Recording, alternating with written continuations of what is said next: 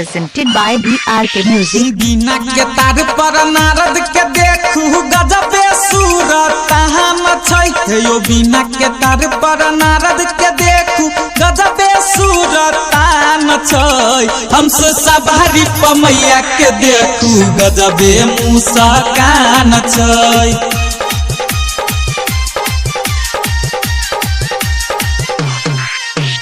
बिना के तार पर नारद के देखू गजबे सूरत छै यो बिना के तार पर नारद के देखू गजबे सूरत छै हमसे सवारी पमैया के देखू गजबे मुस्कान छै।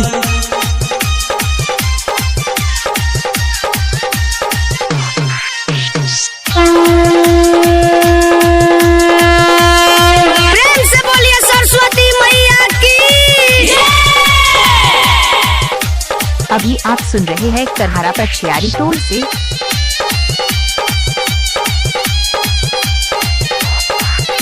वीरेंद्र दीवाना करहारा पछियारी टोल। अचके में सोर भेल मिथिला नगरिया भाग जगल शारदे मैया हे नाचैया मोरा बाजू मैया लोगबा बाजैया सगरो बधैया हे। अचके में सोर भेल मिथिला नगरिया भाग जगल शारदे मैया हे नाचैया मोरा बाजू मैया लोगबा बाजैया सगरो बधैया हे। ढोल नंगहरा बाजैया देखू भीड़ लगल ओइ में जान छै ढोल नंगहरा बाजैया देखू भीड़ लगल ओइ में जान छै हमसे सवारी पमैया के देखू गजबे मुस्कान छै। वीरेंद्र दीवाना करहारा पछियारी टोल।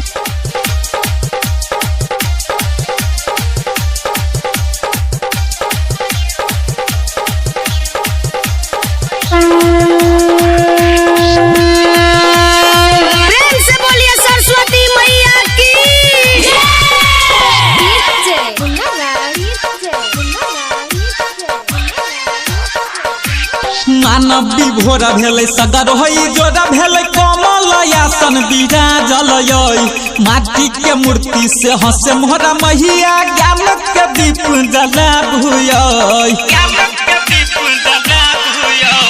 मानव विभोर भेलै सगर होई जोरा भेलै कमल आसन विराजल माटी के मूर्ति से हंसे मोहरा मैया ज्ञान के दीप जलाबुय।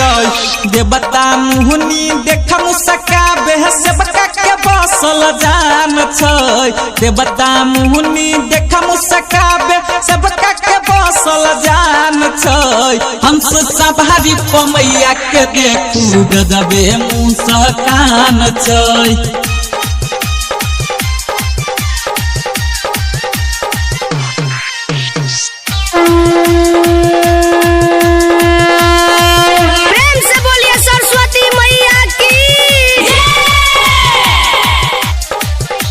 अभी आप सुन रहे हैं करहारा पछियारी टोल से।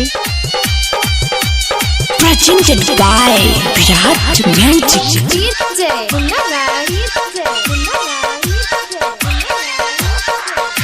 नारद जी कहथिन सुनू हे मोहरा मैया नेवता पठावल सेवा कहा के राइटर पंकज राकेश के साथे कष्ट मिटाबू महे सब के। नारद जी कहथिन सुनू हे मोहरा मैया नेवता पठावल सेवा कहा के राइटर पंकज राकेश के साथे कष्ट मिटाबू महे सब के।